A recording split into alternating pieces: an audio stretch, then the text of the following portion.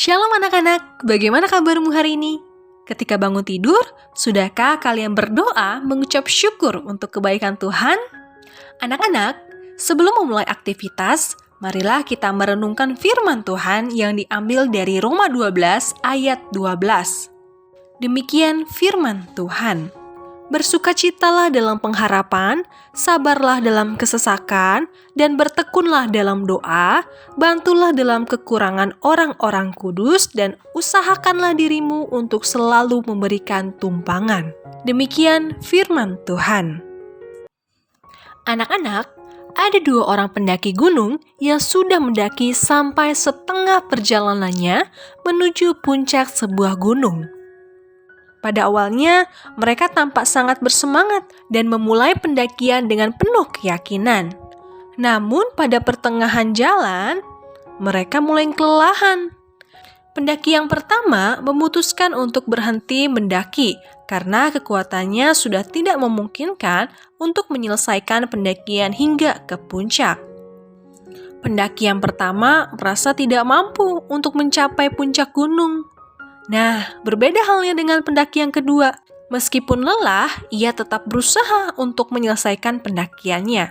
Ia tetap yakin bahwa gunung itu akan berada di bawah kakinya. Dengan penuh kesabaran, ia memulai meminjakan kakinya pada batu-batu yang terjal dan tajam.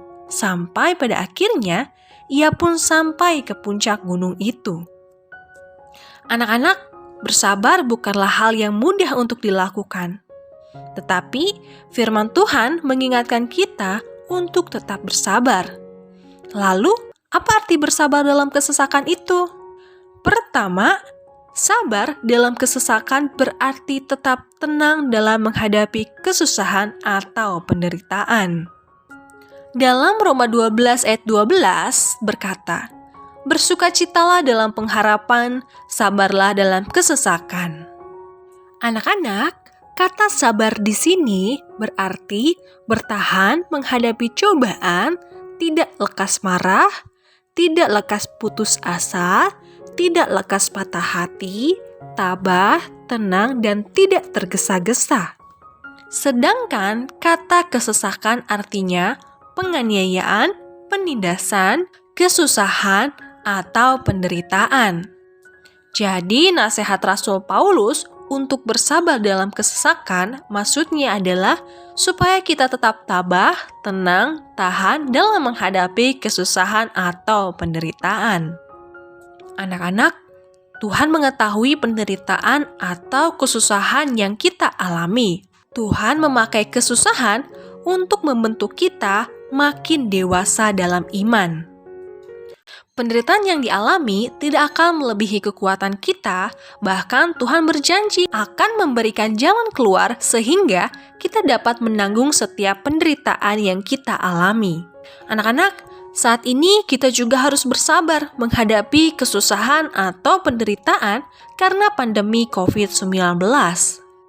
Kita tidak tahu kapan pandemi ini akan selesai. Kalian harus belajar secara online dari rumah dengan segala kesulitan yang ada. Banyak orang mengalami sakit secara fisik karena terpapar virus COVID-19 dan tidak sedikit orang yang meninggal. Dalam situasi dan kondisi ini, kita percaya bahwa Allah tetap setia menyertai dan tidak akan membiarkan kita sendiri untuk melewatinya. Selain itu, Tuhan ada di dalam kita dan kita ada di dalam Dia. Maka kita harus belajar sabar untuk menghadapi situasi dan kondisi yang tidak menyenangkan saat ini.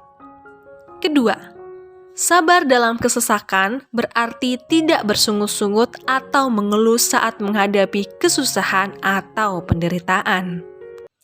Anak-anak, di zaman yang serba cepat ini, kesabaran menjadi ujian bagi kita. Sabar erat kaitannya dengan menunggu. Kesabaran adalah bertahan tanpa mengeluh. Jadi, kesabaran berkaitan dengan sikap kita saat kita menunggu. Contohnya, ketika menunggu di dalam antrian kasir yang belum bergerak selama 10 menit, banyak dari kita yang akan mulai mengeluh. Kesabaran sangat mudah kita lakukan pada saat segala sesuatu berjalan sesuai dengan apa yang kita harapkan. Kita seringkali sulit untuk bersabar saat mengalami kesusahan atau penderitaan. Tidak sedikit orang yang mulai mengeluh dan berkata, "Sampai kapan saya harus bersabar?" Nah, sudahkah kamu belajar sabar untuk bersabar dalam kesusahan atau penderitaan? Selama pandemi ini, selama kamu belajar secara online, kamu lebih banyak mengeluh atau bersabar? Masih adakah ucapan syukur yang keluar dari mulutmu? Anak-anak, lebih baik menyalakan sebuah lilin daripada mengutuk kegelapan. Lebih baik tetap belajar bersabar daripada mengeluh karena kesusahan atau penderitaan. Daripada terus mengeluh, lebih baik kamu melakukan hal-hal yang positif. Misalnya, mendoakan dan membantu orang yang kesusahan atau menderita. Karena bukankah teman-teman kita di seluruh dunia juga mengalami kesusahan atau penderitaan yang sama? Kita harus belajar sabar dalam kesusahan atau penderitaan, karena segala sesuatu ada di bawah kuasa Tuhan. Kita harus belajar sabar dalam kesusahan atau penderitaan, karena kesusahan atau penderitaan yang kita alami tidak melebihi kekuatan kita. Kesabaran juga merupakan salah satu buah roh yang kita miliki saat kita percaya kepada Tuhan Yesus. Amin.